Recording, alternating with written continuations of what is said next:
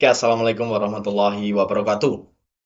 Jumpa lagi bersama channel YouTube Hasyim Asyari. Terima kasih buat teman-teman semua yang sudah mengklik video ini. Semoga selalu dalam keadaan sehat walafiat tanpa kurang suatu apapun. Dan dimudahkan segala urusannya dan dimudahkan segala urusan dan dilancarkan segala rezekinya.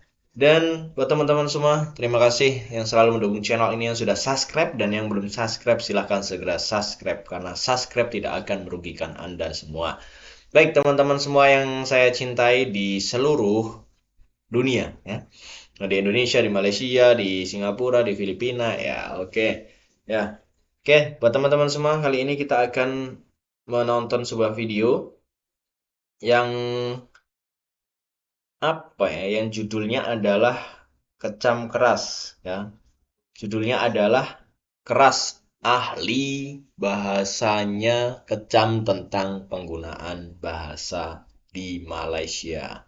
Oke, apa sih isi dalam video ini? Ya, tentunya masih dalam permasalahan bahasa yang ada di Malaysia. Mungkin dari segi bahasa Malaysia tidak digunakan di tempat-tempat resmi atau seperti apa, itu masih menjadi masalah buat Malaysia. Apa saja yang akan disampaikan oleh ahli bahasa ini? Mari kita tonton bersama. Jangan di skip, tonton sampai akhir supaya paham. Baik, kita play videonya. Section 2 jelas menunjukkan bahawa bahasa Melayu perlu digunakan dalam semua urusan rasmi, dan kita sedar di Malaysia pada hari ini bahasa Melayu masih lagi tidak digunakan dalam segala urusan rasmi. Kita bangga apabila mesyuarat dikendalikan dalam bahasa Inggeris. Ya, kita bangga apabila kita berbicara kita menggunakan bahasa Inggeris, dan paling teruk masyarakat Malaysia ya, minta maaf ya, saya tak nak berlapik, saya tak nak berkias. Biar kita berpijak di bumi yang nyata. Di mana bumi dipijak, di situlah langit dijunjung. Tak payah berkias, tak payah berlapik. Sebab kita bercakap secara telus dan terbuka. Biar semua orang tahu apa masalah utama kita. Kita yang paling teruk, kita bercakap, kita merancukan bahasa. Berlaku kerancuan bahasa yang ketara. Maksud rancu ialah campur aduk bahasa yang tidak seharusnya berlaku. Yang paling teruk, perkataan bahasa Inggeris ya menerima imbuhan bahasa Melayu. Ya, kita cuba linkkan, kita cuba connectkan dari mana datangnya ilmu bahasa ini. Inilah pendusta-pendusta bahasa.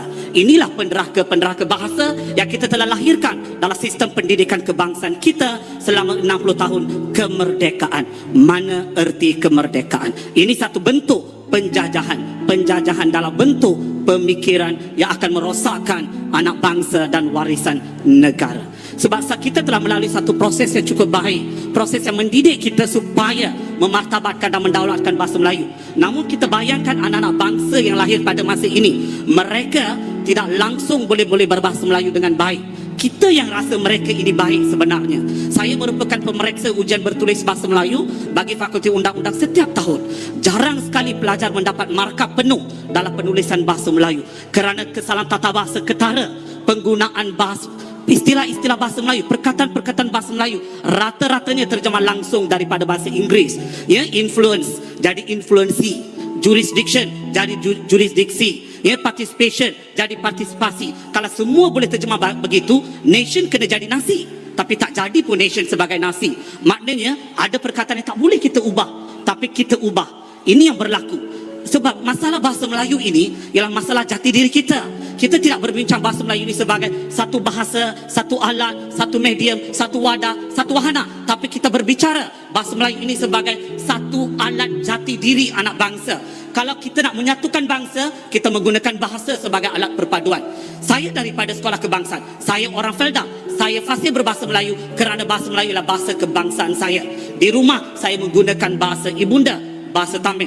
Di rumah saya menggunakan bahasa Tamil, anak-anak saya fasih berbahasa Melayu. Bagi saya ini paling penting. Kalau kita bangga kita boleh bercakap bahasa Inggeris dengan baik, kita sepatutnya malu dan hina kerana tak boleh bercakap bahasa Melayu dengan baik. Tak maaf. Kita yang bangga anak saya boleh bercakap bahasa Inggeris dengan baik. Bangga, ya. Bolehkah bercakap bahasa Melayu dengan baik? Jika tidak, sepatutnya buang negara bagi saya, minta maaf. So bahasa Melayu bahasa kebangsaan. Orang Malaysia sepatutnya boleh bertutur bahasa Melayu dengan baik. Kalau tak boleh bertutur, sepatutnya kalau saya yang ada kuasa, saya bagi tempoh 6 bulan. cuba fasih berbahasa Melayu, tak boleh, buang negara. Mudah. Tuan-tuan dan puan-puan yang saya hormati, anak-anak bangsa sekarang memang tak ada jati diri. Dua perkara yang mereka tak ada perasaan. Satu, sebagai warga Malaysia, mereka tak rasa bangga pun. Cubalah tanya mereka. Mereka lah orang pertama yang akan kutuk Malaysia. Memang ada anak muda yang ada jati diri. Berapa peratuskah mereka? Itu sangat penting. Menyanyikan lagu negaraku pun berdiri tegak tak boleh. Ya, ada yang masuk universiti, kita minta nyanyi lagu negaraku pun ada yang tak menghafal sampai ke hari ini. Dah masuk universiti pun tak boleh menghafal lagu negaraku. Ini konsep jati diri ini. Ya, semangat tentang semangat jati diri, bangganya ya sebagai rakyat Malaysia itu tak ada. Kedua, tentang bahasa kebangsaan lagi tak ada. Cubalah beri pilihan kepada pelajar undang-undang ke pelajar dalam bidang sains kejuruteraan. Anda nak pilih bahasa mana untuk bentang? Anda nak bercakap dalam bahasa mana untuk bentang? Rata-ratanya memilih bahasa Inggeris sebagai medium komunikasi mereka. Ini menunjukkan bahawa mereka ini sebenarnya lebih selesa untuk bercakap dalam bahasa Inggeris. Ini masalah satu, kita tidak menyediakan mereka untuk menggunakan bahasa Melayu dengan baik. Ini masalah berakat umbi daripada keluarga kita. Melentur buluh biarlah dari rebungnya ya. Jadi kita kena melentur buluh tu biar dari rebung. Ajar anak-anak kita ya, kita kena ingat kalau anak-anak kita bercakap bahasa Inggeris pun keturunan kita takkan berubah. Saya bercakap macam mana pun, macam native speaker ke, macam orang Eropah lebih pandai daripada orang UK pun, keturunan saya masih India, takkan berubah sampai bila-bila pun. Jadi berbijaklah di dunia nyata macam saya kata ya, tak payah. Sampai ke hari ini hidup bahasa Melayu ni umpama gantung tidak bertali, tarik pun tak sampai ke langit, lepas pun tak sampai ke bumi, terkapai-kapai di awang-awangan. Kononnya nak martabatkan, tapi tak juga martabatkan. Tapi macam nak menghapuskan, perkara 152 masih ada. Jadi apa sebenarnya kita nak buat? Tolak ke sana, tolak ke sini, akhirnya gantung tidak bertali lah. Itu maksudnya tarik pun tak sampai ke langit, lepas pun tak sampai ke bumi, terkapai-kapai. Tak ada orang boleh bantu kecuali kita sebagai rakyat Malaysia yang sebenarnya boleh mengangkat ya martabat, darjat dan sanjungan bahasa Melayu sebagai bahasa kebangsaan sekaligus sebagai bahasa ilmu. Itu saja daripada saya buat masa ini. Terima kasih. Oke, buat teman-teman semua, Pro ahli bahasa ini sangat mengecam bahwasanya bahasa Melayu ini tidak ada perkembangannya karena apa ya? Lebih mengambang, bergantung ya. Tidak ke atas, tidak ke bawah, tidak ke samping maupun tidak kemana. Jadi karena kenapa di sini banyak sekali influencer-influencer atau dari negara asing atau warga asing yang selain Malaysia yang menggunakan terutama bahasa Inggris. Jadi di situ masih banyak kegiatan-kegiatan resmi yang tidak menggunakan bahasa Malaysia.